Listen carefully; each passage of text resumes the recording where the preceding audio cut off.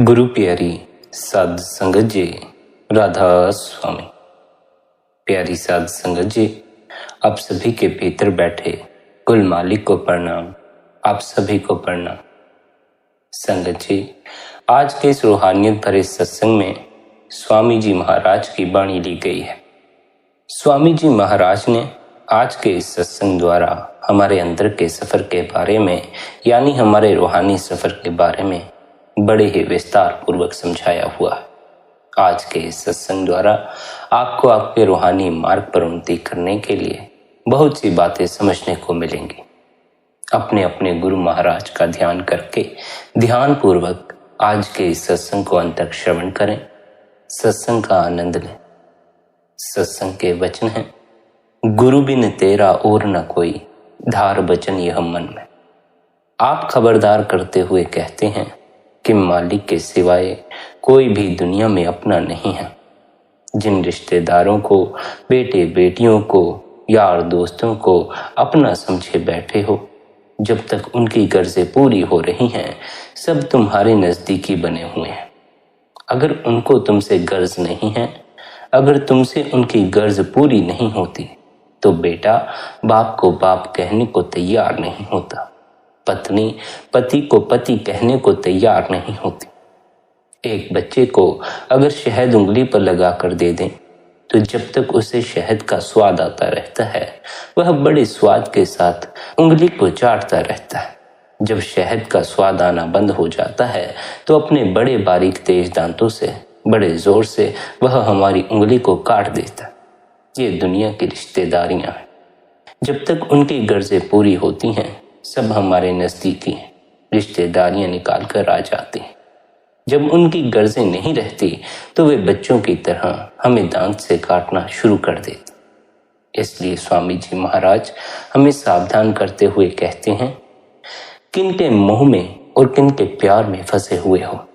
अगर कोई हमारा अपना है, तो केवल वह परमात्मा ही है। वह हमारा है, वह हमारा बन सकता है। जो हमारे नहीं है, हमारे बन भी नहीं सकते।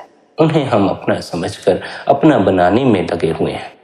जो अपना है, अपना बन सकता है, उसे कभी अपना बनाने की हम कोशिश तक नहीं करते। वह परमात्मा अपना है, या फिर परमात्मा के भक्त, मालिक के प्यारे हमारे अपने हैं। इनके सिवा कोई हमारा नहीं, क्योंकि उनके जरिए ही हमारा परमात्मा, हमारा अपना बनता।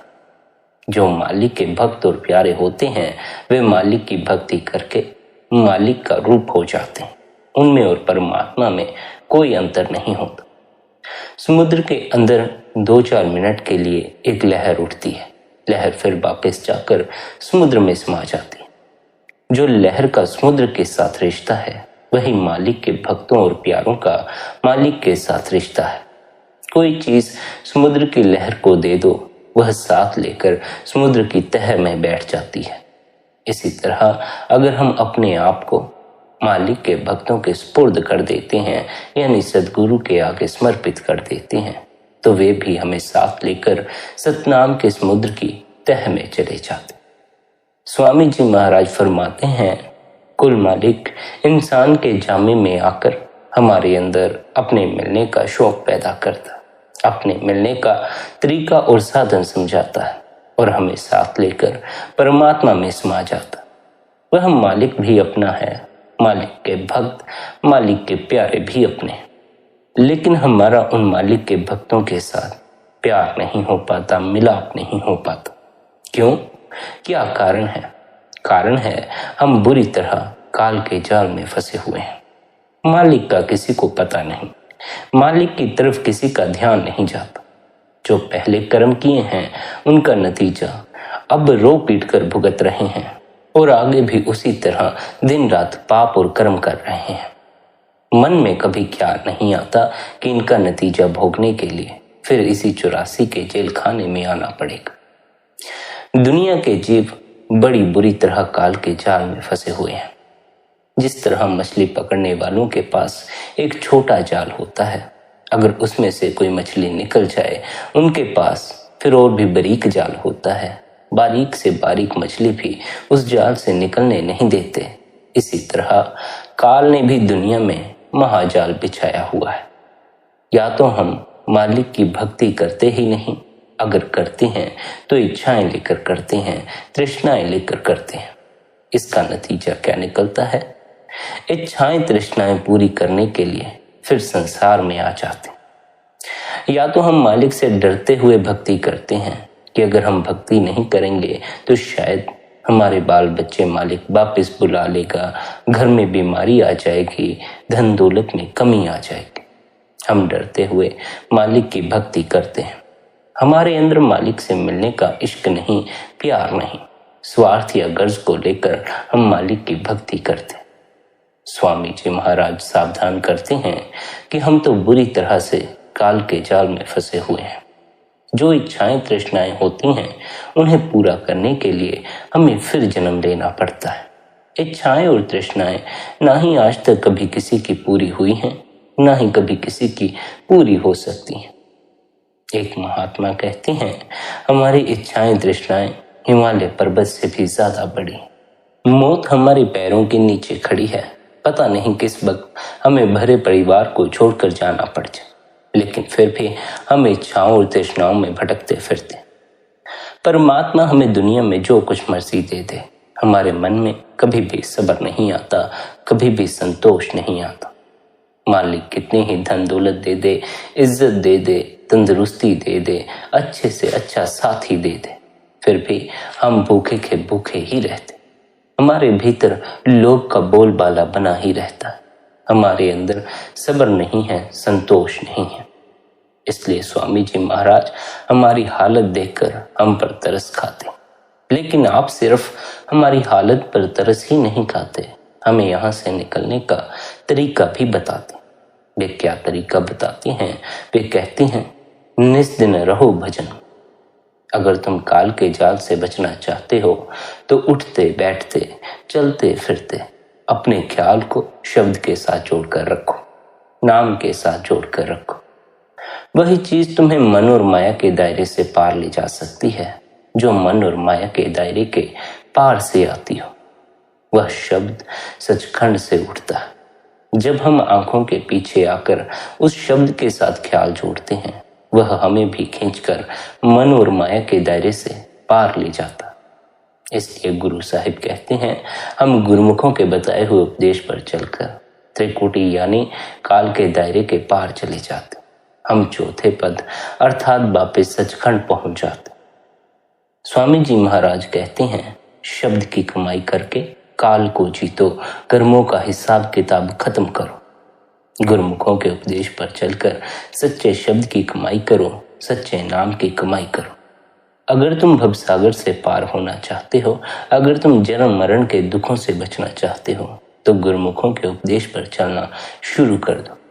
निरंतर सिमरन करो, निरंतर भजन में बैठो, गुरुमुखों के स्वरूप का ध्यान करो और शब्द के साथ ख्याल को जोड़ो। अगर तुम यह युक्ति अपना लो तो आज ही तुम देह के बंधनों से आजाद होकर मालिक से मिलाप कर सकते हो। सिमरन और ध्यान के जरिए दुनिया में से मोह और प्यार निकालना है। शब्द को पकड़कर वापस मंजिल दर मंजिल अपने असल घर पहुंच जाना है, यानी सचखंड पहुंच जाना। आप समझाते हैं कि केवल इस भक्ति की जरूरत है, इस रास्ते पर चलने की जरूरत है। आपके कहने का मतलब है कि रोज मालिक की भक्ति करनी चाहिए, रोज भजन बंदगी करनी चाहिए। जो ही कागज पेंसिल लेकर स्कीमें न बनाते रहो कि कल भजन में बैठेंगे, परसों भजन में बैठेंगे। ये स्कीमें कभी पूरी होने को नहीं है। अगर कल पर बंदगी को टालते रहे तो बंदगी कभी कर ही नहीं पाओगे। कल कभी आने को नहीं है। कल पर टालते जाओगे और बंदगी से जो आनंद उपलब्ध होता है उससे वंचित रह जाओगे। इसलिए कल पर टालने की कोशिश ना करो, स्कीमें मत बनाओ। आज जीवन का अवसर उपलब्ध है, आज इसका लाभ उठा लो, आज मालिक की भक्ति में लगो। लोग स्कीमें बनाते रह जाते हैं, बंदगी करते नहीं हैं, फिर कहते हैं हमारा कुछ बना नहीं। उनकी स्कीमें भी ऐसी होती हैं कि अभी बच्चे 6-7 साल के हैं, बड़े हो जाएंगे, उनकी शादी कर देंगे, कारोबार संभाल लेंगे, तब खाली होकर कहीं मालिक की भक्ति करेंगे, तब आराम से भजन बंदगी करेंगे। ऐसे अवसर जीवन में कभी उपलब्ध नहीं हो। आदमी सदा कुछ न कुछ करता ही रह जाता। सदा वह इस भुलेखे में बैठा रहता है कि पहले यह कर लूं, उसके बाद बंदगी करने के लिए समय ही समय। बाकी सब तो हम कर लेते हैं, लेकिन फिर अंत में पाते हैं बंदगी के लिए समय नहीं बचा। इसीलिए स्वामी जी महाराज कहते हैं, भाई यह मत सोचो अभी दुनिया के बड़े कामकाज हमारे सामने हैं, इन्हें निपटा कर भक्ति करेंगे। नहीं, इस भुलावे में नहीं पड़ना है। कितनी नेक नीति से तुम योजनाएं क्यों बनाते रहो, तुम्हें मालिक की स्कीमों का कोई पता नहीं। किस वक्त भरे परिवार को छोड़कर जाना पड़ जाए इसका किसी को कोई पता नहीं है। यहाँ एक घड़ी का पता नहीं, एक पल का पता नहीं। हम अखबारों में पढ़ते हैं कि रोटी का टुकड़ा हाथ में पकड़ा और मुंह तक पहुंचा नहीं, कार से पैर बाहर निकाला जमीन पर पड़ा नहीं, दिल का दौरा पड़ जाता। लेकिन हम कल की स्कीमें बनाते हैं, हमें कल का क्या पता है, कल का कोई भरोसा नहीं। आज हम जीवित हैं, आज सांस आती है, आज ही मालिक की भक्ति में अपने आप को पूरी तरह रंग लेना चाहिए। इसलिए आप हमें बार बार समझाते हैं, रोज मालिक की भक्ति करनी चाहिए, कल पर नहीं टालना चाहिए। रोज भक्ति में बैठो, रोज भजन में बैठो, मन लगे ना लगे फर्ज समझकर बैठो, ड्यूटी समझकर बैठो। धीरे धीरे अपने आप हमारा मन मालिक की भक्ति की ओर जाना शुरू हो जाता। लेकिन शुरू में मन के साथ पूरी लड़ाई करनी पड़ती। मालिक की भक्ति का कोई खास वक्त निश्चित नहीं है। सुबह वक्त मिलता है, सुबह फायदा उठाओ। दोपहर को वक्त मिलता है, दोपहर को भजन करो। शाम को वक्त मिलता है, शाम को भजन करो। जो घड़ी दो घड़ी, घंटा दो घंटा मालिक की याद में हम बैठते हैं, वही वक्त हमारे लेखे में लिखा जाता है, उसी का फायदा प्राप्त होता है। इसलिए स्वामी जी महाराज हमें सावधान करते हैं कि व्यर्थ अपने आप को धोखा ना दो, रोज परमात्मा की भक्ति करो। रोज परमात्मा की भक्ति करोगे तो रूहानी सफर में तरक्की करोगे। रूहानी सफर का जिक्र करते हुए, अंदर के सफर का जिक्र करते हुए आप फरमाते हैं, हमारा जो घर का सफर है, रूहानी सफर है, वह आंखों के पीछे से शुरू होगा, क्योंकि यह हमारे घर का दरवाजा है। आंखों के नीचे नीचे केवल इंद्रियों के भोग हैं, विषय विकारों, शराबों कबाबों की लश्तें। आप कहते हैं कि जब तक तुम्हारा ख्याल यहाँ से उतरकर बाहर की तरफ फैला हुआ है, तुम द्वैत के अंदर फंसे हुए हो। जब तुम सिमरन और ध्यान के जरिए ख्याल को समेटकर आंखों के पीछे इकट्ठा कर लोगे, तुम एकता के अंदर आ जाओगे। जब तुम एकता के अंदर आ जाओगे, वहां तुम्हें एक ज्योति जलती नजर आएगी, जो चोरों के अंदर भी है, ठगों के अंदर भी है, साधुओं के अंदर भी है। कहने का भाव प्रत्येक जीव के अंदर समाई हुई है। वहां किसी कौम का, किसी मजहब का, किसी मुल्क का कोई सवाल पैदा नहीं होता। जो भी खुशकिस्मत आंखों के पीछे ख्याल को इकट्ठा कर लेता है, वह अपने अंदर उस ज्योत के दर्शन करना शुरू कर देता। उसी ज्योत का कबीर साहिब ने जिक्र किया है, दीपक देखा गेव का, बिन बाती बिन तेल। बिना बत्ती और बिना तेल के वह ज्योत हर एक की आंखों के पीछे जलती है। हम जितनी भी ज्योतें जलाते हैं, उन्हें तेल की भी जरूरत पड़ती है, बत्ती की भी जरूरत पड़ती है। तेल खत्म हो जाए तो ज्योत बुझ जाती है, बत्ती खत्म हो जाए तो ज्योत बुझ जाती है। लेकिन कबीर साहिब जिस ज्योत का जिक्र करते हैं, वह अगम की ज्योत है।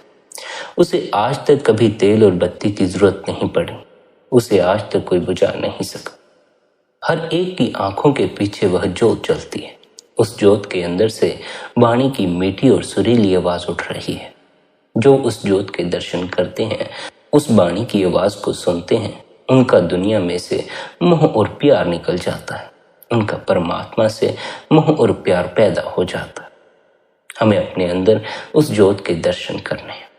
जब हम ज्ञान समाधि लगाते हैं, यानी गुरुमुखों के कहने के मुताबिक सिमरन और ध्यान के जरिए आंखों के पीछे ख्याल को इकट्ठा करते हैं, वहां हमें एक चिराग जलता हुआ नजर आता है, ज्योत जलती हुई नजर आती है। उस ज्योत के अंदर से एक सुरीली और मीठी आवाज दिन रात धुनकारे दे रही है।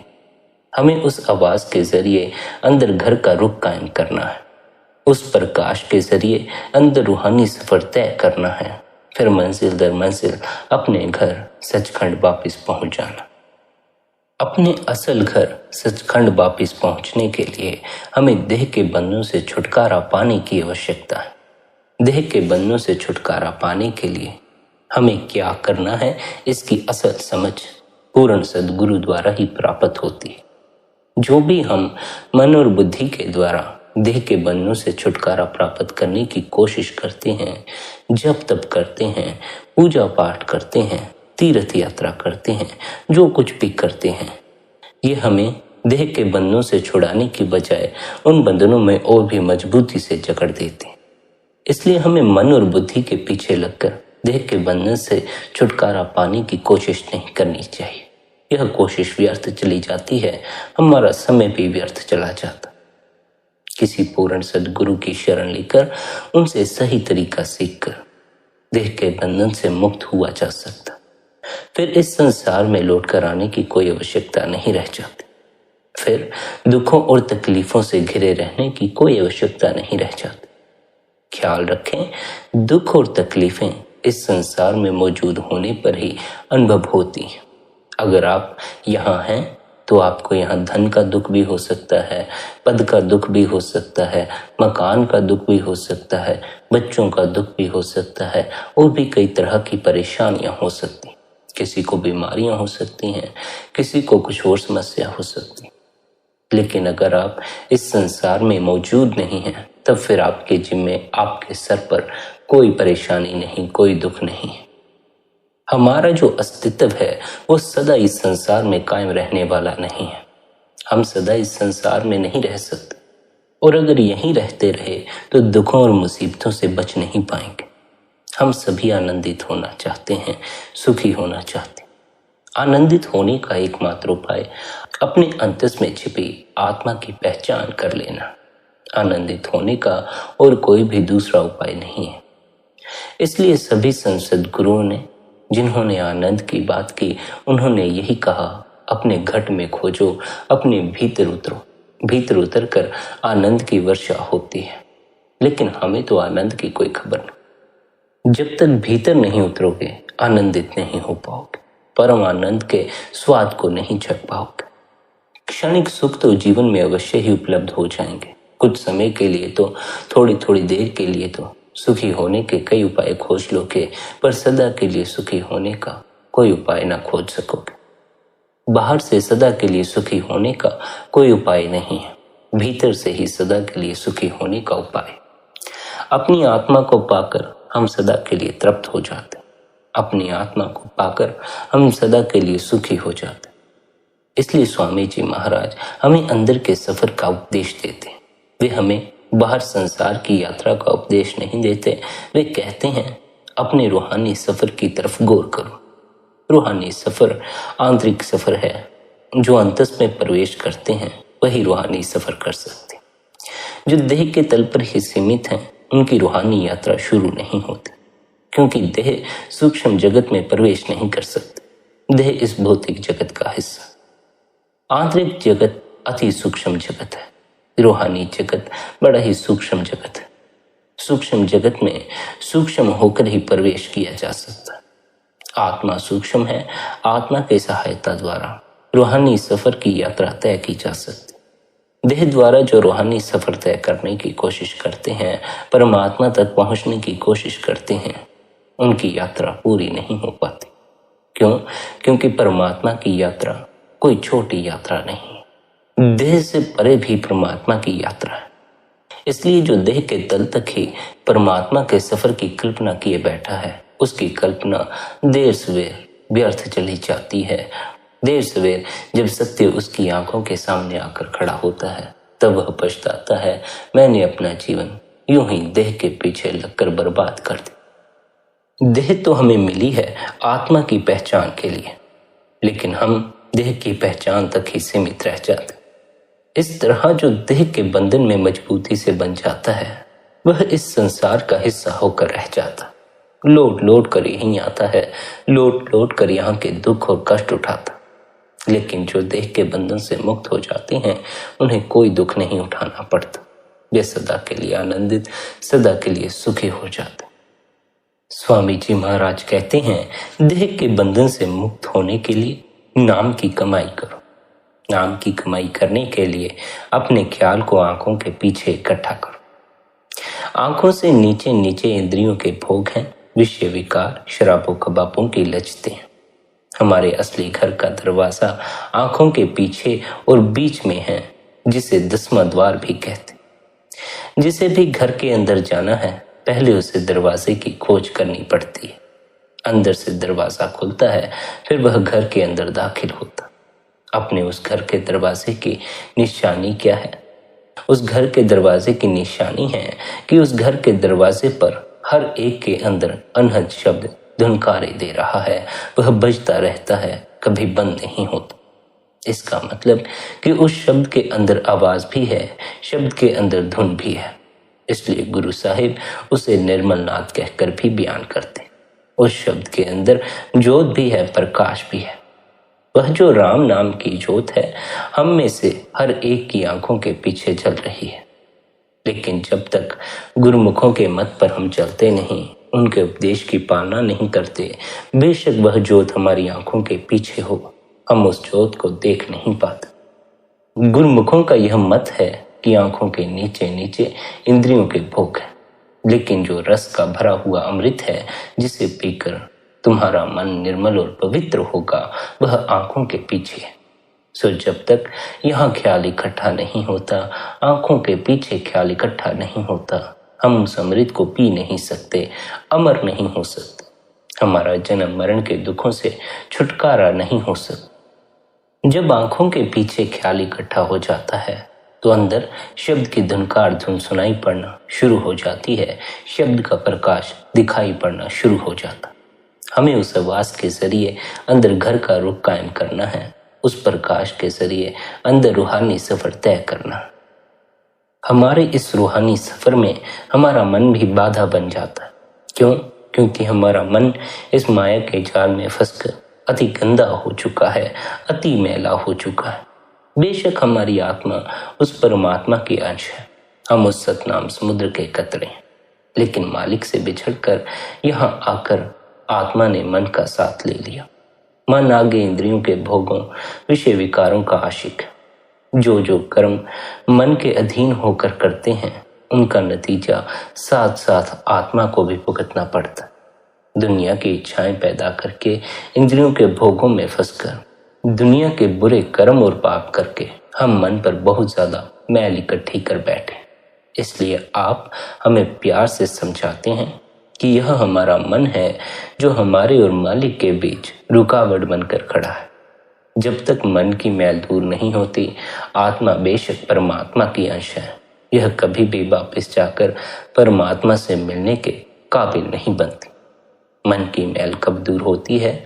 जब मन वापस भ्रम त्रिकुटी अपने ठिकाने पहुंच जाता।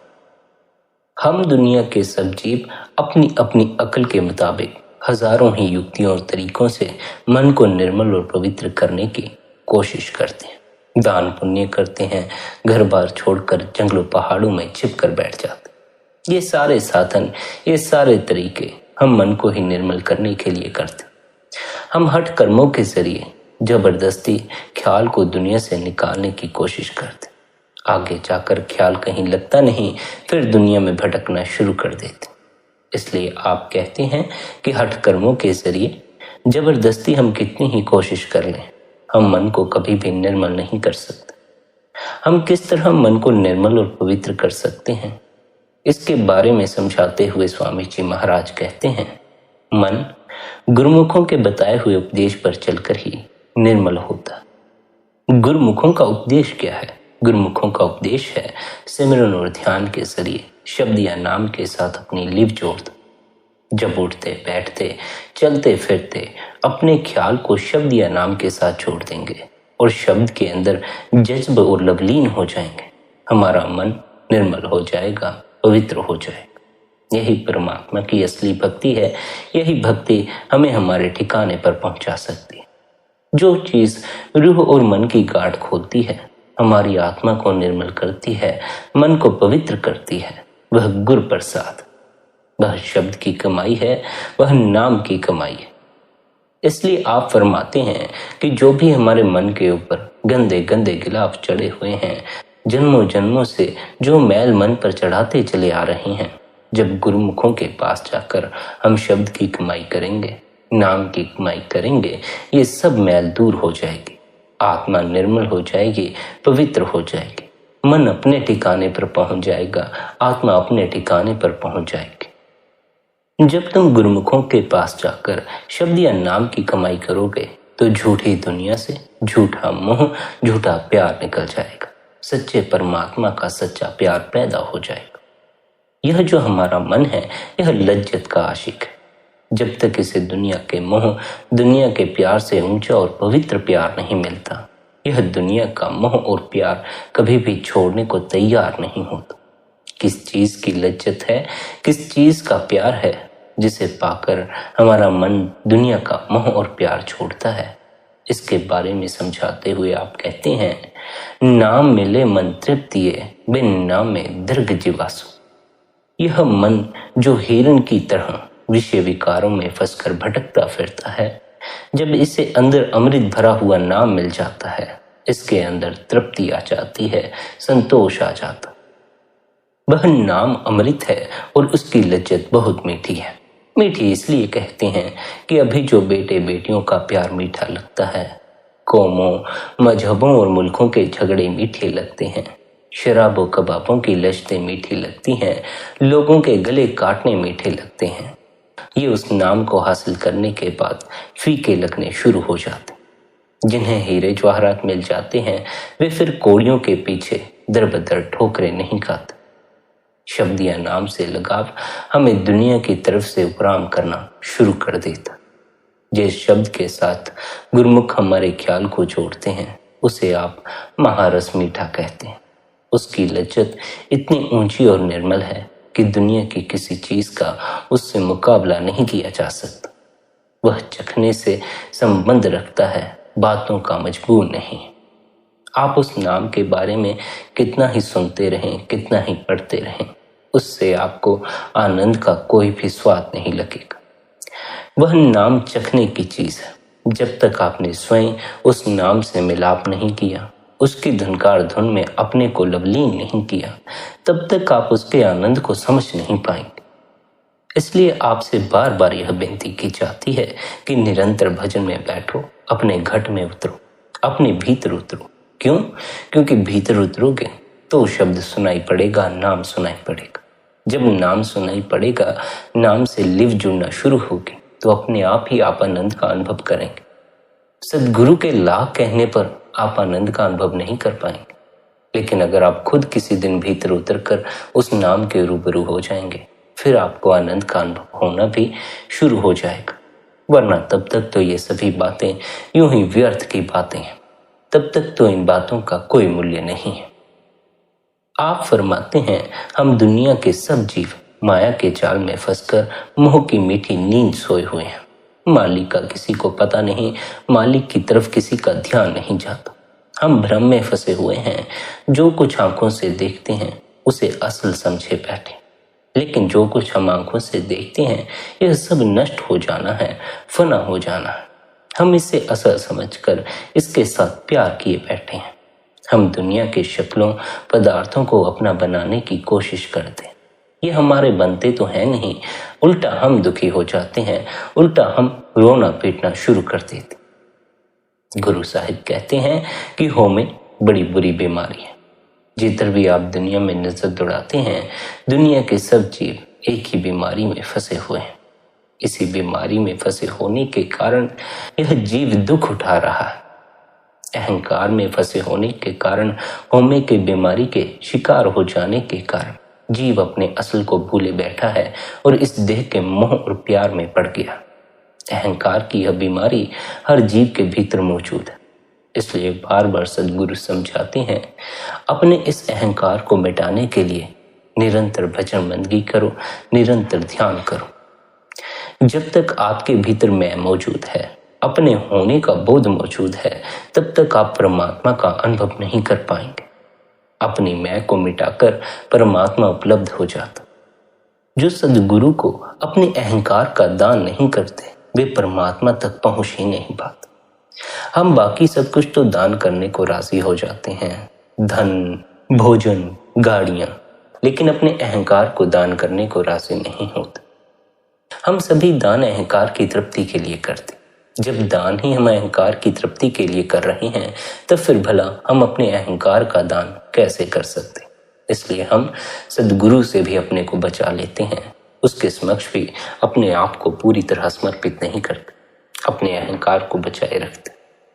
जब तक आप अपने अहंकार को मिटाने को राजी ना होंगे तब तक आप अपने आप को गुरु के आगे पूरी तरह समर्पित नहीं कर पाएंगे। जब तक आप अपने आप को पूरी तरह गुरु के आगे समर्पित नहीं करेंगे, अपने सभी द्वार खोल नहीं देंगे, तब तक गुरु आपके भीतर प्रवेश न कर सकेगा, वह परमात्मा आपके भीतर प्रवेश न कर सकेगा। सभी दानों में सबसे उत्तम दान अपने अहंकार का दान कर देना। जब भी सद्गुरु की शरण में जाओ, जब भी सद्गुरु के आगे सर झुकाओ, मंदिर में सर झुकाओ, तब ना केवल सर झुकाओ बल्कि अपने अहंकार को भी झुका दो। हम सर झुकाकर लौट आते हैं, सर झुकाने से क्या हो जाता, अहंकार तो भीतर वैसा का वैसा ही खड़ा रहता। बाहर तो सर झुका लेते हैं लेकिन भीतर अकड़ बनी रहती है। भीतर से भी अपने को झुका देना है, भीतर भी किसी तरह की कोई अकड़ नहीं रखनी है, किसी के प्रति भी कोई अकड़ नहीं रखनी है। अपने आप को मिटाकर ही परमात्मा उपलब्ध होता है। फैसला आपको लेना है, आपको परमात्मा से मिलाप करना है या अपने अहंकार को बचाए रखना। अहंकार को बचाए रखना चाहोगे तो दुख से नहीं बच पाओगे। अहंकार को मिटाने की तैयारी करोगे तो उस परमात्मा से मिलाप हो जाएगा, और जिसका परमात्मा से मिलाप हो गया उसे जीवन में फिर कोई भी दुख नहीं होता। फैसला आपको लेना है, अहंकार को बचाना है या परमात्मा से मिलाप करना। अहंकार को बचाए रखना चाहते हो तो संसार में भटकते रहो, द्वैत में उलझे रहो, मन के पीछे लगे रहो। मन के पीछे लगकर अब तक भी तो हम अहंकार में ही भटकते आए हैं, अहंकार में ही जीते आए। दूसरों को अपने से ज्यादा नहीं समझते, दूसरे को गलत अपने को सही समझते हैं, दूसरे को पापी अपने को पुण्य आत्मा समझते हैं।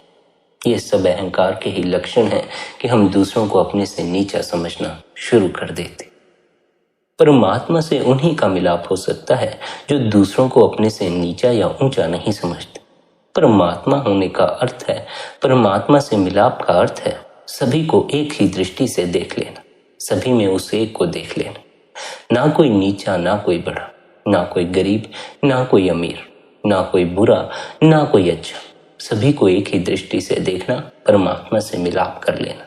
इसलिए संत के लिए ना तो कोई पापी होता है, ना ही कोई पुण्य आत्मा होता, उसके लिए दोनों एक समान होते।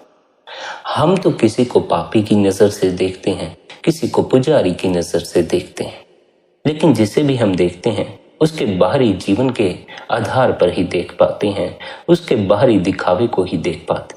किसके भीतर क्या छिपा है इसकी हम पहचान नहीं कर पाते। बाहर से अगर किसी ने अच्छाई का लबादा ऊंट लिया तो हम उसे अच्छा समझकर बैठ जाते। उसके भीतर कितना कपट है, कितनी बेईमानी है, इसकी हम पहचान नहीं कर पाते। दूसरा भीतर से कैसा है इसका हमें कुछ पता नहीं लगता, लेकिन फिर भी हम दूसरों के प्रति धारणाएं बनाकर बैठ जाते। परमात्मा होना चाहते हो, परमात्मा से मिलाप चाहते हो, तो दूसरों के प्रति जो धारणाएं बना रखी हैं इन्हें तोड़ना होगा। दूसरों में ही उलझे रहे तो परमात्मा तक न पहुंच सकोगे। दूसरों में उलझे रहने का अर्थ है द्वैत में बढ़ जाना। परमात्मा एकता में उपलब्ध होता है, द्वैत में उपलब्ध नहीं होता। जिस दिन आप सभी को समान दृष्टि से देखना शुरू कर देंगे उस दिन ही आप परमात्मा से मिलाप कर सकेंगे। द्वैत से मुक्त होने के लिए हमें अपने अहंकार को मिटाना पड़ता। अहंकार ही बाधा है, अहंकार द्वैत पैदा कर देता। अहंकार मुझे अलग कर देता है, दूसरे को अलग कर देता, लेकिन ना तो दूसरा मुझसे अलग है ना मैं दूसरे से अलग हूँ। एक ऐसा तल है जहाँ हम सभी एक ही साथ जुड़े हुए हैं, हम सभी उस एक परमात्मा से ही निकले हुए हैं। हम सबका असल अस्तित्व एक ही है, लेकिन देह के तल पर हम अलग अलग बढ़ चुके हैं। जो द्वैत में पड़ जाता है उसे देह ही नजर आती है, इसलिए उसे दूसरा नजर आता है। वह सोचता है उस परमात्मा के अतिरिक्त भी कोई है, वह सोचता है मेरे अतिरिक्त भी कोई है। ना तो हमारे अतिरिक्त कोई है, ना परमात्मा के अतिरिक्त कोई है। यहाँ जो कोई भी है सभी परमात्मा ही हैं। सबके भीतर वह एक तत्व ही मौजूद है जिसे हम परमात्मा कहते हैं। इसलिए साधक को द्वैत से ऊपर उठने का उपदेश दिया जाता। द्वैत में यह भ्रांति पैदा होती है कि मैं अलग हूं, दूसरा अलग। जिस दिन जीव एकता के तल पर पहुंच जाता है, जिस दिन जीव अपने भीतर एकता का अनुभव करता है, उस दिन उसे दूसरे में और अपने में कोई भेद मालूम नहीं पड़ता। उस दिन उसके लिए सभी एक हो जाते हैं, उस परमात्मा का ही अंश हो जाते हैं, उस परमात्मा का ही रूप हो जाते हैं। उसी दिन उसे दूसरों में भी परमात्मा की झलक मिलती, लेकिन यह झलक अपने अहंकार की मौजूदगी में नहीं मिलती, अपने अहंकार को मिटाकर मिलती। यही कारण है कि सभी संत महात्माओं ने यह उपदेश दिया है कि अपने अहंकार की दीवार को गिरा दो। कोई भी ऐसा संत महात्मा नहीं हुआ जिन्होंने यह ना कहा हो अहंकार की रुकावट है, इस रुकावट को हटाओ। सभी का यही मत है, सभी ने अहंकार की दीवार को गिराने का उपदेश दिया। सब जानते थे कि मालिक से मिलने के लिए जहां जीव अटक जाता है वहां इसका अहंकार आकर खड़ा हो जाता। अहंकार उसे दूसरे में परमात्मा को देखने नहीं देता। अहंकार उसे दूसरे से अलग होने की भ्रांति पैदा करता। लेकिन कोई किसी से अलग नहीं, हम सब एक हैं, उस एक के अंश हैं, उस एक में ही हमने समा जाना है। उस एक में समा जाने की कला को ही ध्यान कहते हैं। उस एक में समाने के लिए ही, द्वैत से ऊपर उठने के लिए ही ध्यान किया जाता। ध्यान द्वारा हमारे अहंकार की मृत्यु हो जाती। निरंतर जो ध्यान में लीन रहते हैं उनका अहंकार भी मिटना शुरू हो जाता। अगर आप हर रोज भजन बंदगी के लिए समय देंगे तो आपके भीतर जो अहंकार की दीवार खड़ी हो गई है, मजबूत हो गई है, वह भी टूटना शुरू हो जाएगी। जिस दिन आप निरंतर भजन सिमरन की सहायता द्वारा अपने अहंकार की दीवार को गिरा लेंगे, अपने अहंकार को सद्गुरु के आगे समर्पित कर देंगे, उस दिन आप मालिक में समा जाएंगे, अपने असल घर सचखंड पहुंच जाएंगे। इसलिए आप सभी से यही विनती है कि निरंतर अपने गुरु द्वारा दिए अभ्यास की पालना करें, निरंतर भजन सिमरन करें, निरंतर ध्यान में बैठें। संगत जी, यदि आज का यह सत्संग आपको अच्छा लगा हो तो आज के इस सत्संग को आप अपने मित्रों और संबंधियों के साथ शेयर भी कर सकते हैं। साथ ही आप शबदधुन सत्संग चैनल को सब्सक्राइब करके हर रोज सुबह 5:30 बजे सत्संग का आनंद ले सकते हैं। बाकी आपकी अपनी मौज है। अपना ख्याल रखें, सबके प्रति भीतर भले की कामना रखें। इतने प्रेम और प्यार से आपने सत्संग को सुना, उसके लिए आप सभी का धन्यवाद। राधा स्वामी जी।